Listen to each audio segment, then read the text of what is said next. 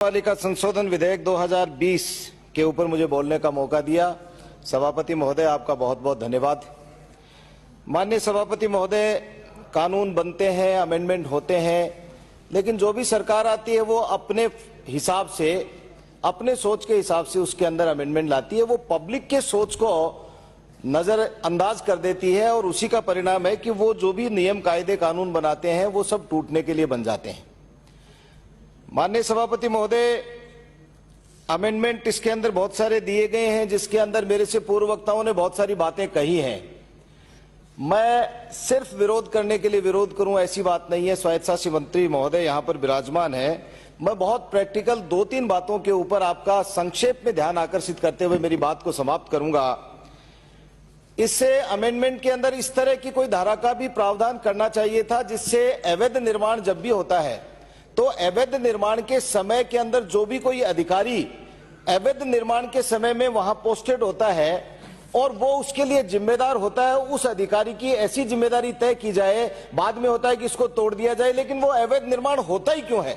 ऐसी कोई धारा का प्रावधान कर दो जिसके कारण जब अवैध निर्माण होता है और वो अधिकारी वहां पर मौजूद होता है तो उस अधिकारी के खिलाफ कोई ऐसा चार्ज लगाया जाए, बाद में उससे वसूली करने का कोई प्रावधान इस एक्ट के अंदर कोई अमेंडमेंट कर देते तो निश्चित रूप से जो आपकी भावना है वो फलीभूत होती नजर आती। दूसरी बात मैं ये कहना चाहता हूं कि अभी कह रहे थे रामलाल जी कि जहां जहां पर भी आपका चेयरमैन है या आपकी नगरपालिका के अंदर आपके पक्ष का कोई चेयरमैन है, वहां पर तो कर्मचारी ठीक ठाक स्थिति के अंदर है। मेरे विधानसभा क्षेत्र के अंदर राजलदेसर, छापर 2 नगरपालिकाएं, तीसरी रतनगढ़ है।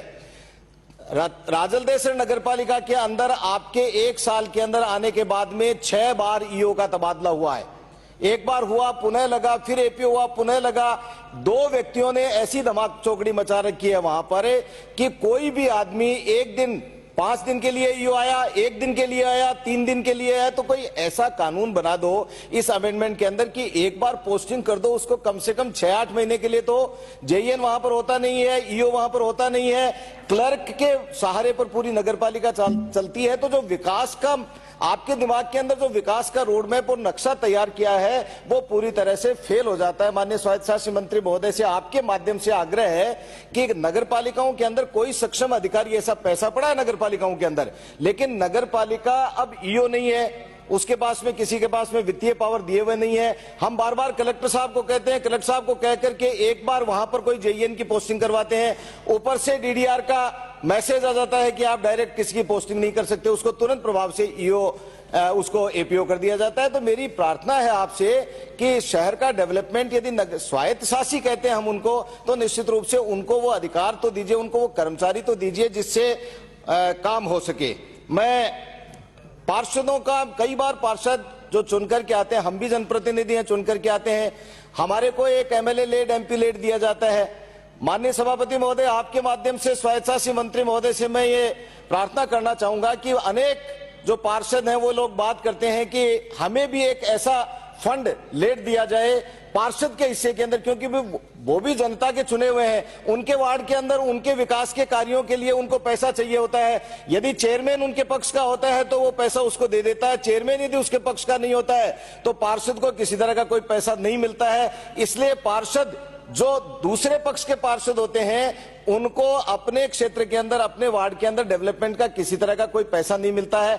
इस एक्ट के अंदर ऐसा कोई प्रावधान भी कर दीजिए अमेंडमेंट के साथ में कि जिससे उनको भी कोई पैसा मिल सके, अपने वार्ड का वो करवा सके पैसा। पार्षदों के मानदेय की बात भी आती है, पार्षदों को जो मानदेय दिया जाता है वो बहुत कम दिया जाता है। इसके अंदर अमेंडमेंट करके ऐसा कोई अमेंडमेंट लाइए जिससे पार्षदों के मानदेय के अंदर भी थोड़ी बढ़ोतरी हो जाए तो वो भी काम हो सके। और ये जो मास्टर प्लान बनता है, ये सही कह रहे थे मेरे से कई पूर्व वक्ताओं ने भी कि मास्टर प्लान यहां बैठ करके एयर कंडीशन कमरों में बैठ करके बन जाता है। मास्टर प्लान के बारे में प्रैक्टिकल के अंदर वहां से जो भी कोई आपके जनप्रतिनिधि हैं, जो भी कोई आपके अधिकारी हैं, वहां पर प्रैक्टिकली जाकर के यदि मास्टर प्लान बनाया जाए तो शहर के विकास के अंदर उस मास्टर प्लान का कोई महत्व होगा। मैं बहुत लंबी चौड़ी बातें नहीं करूंगा, जो मेरे से पूर्व वक्ताओं ने बातें कही हैं उनको रिपीट नहीं करूंगा, लेकिन निश्चित रूप से ये सुझाव यदि इस अमेंडमेंट बिल के अंदर और ले आते तो ये बहुत अच्छा अमेंडमेंट हो जाता। इसलिए मैं आपसे निवेदन करना चाहता हूं कि इसको 6 महीने के लिए जनमत जानने के लिए प्रसारित कर दिया जाए। धन्यवाद। जय हिंद, जय भारत।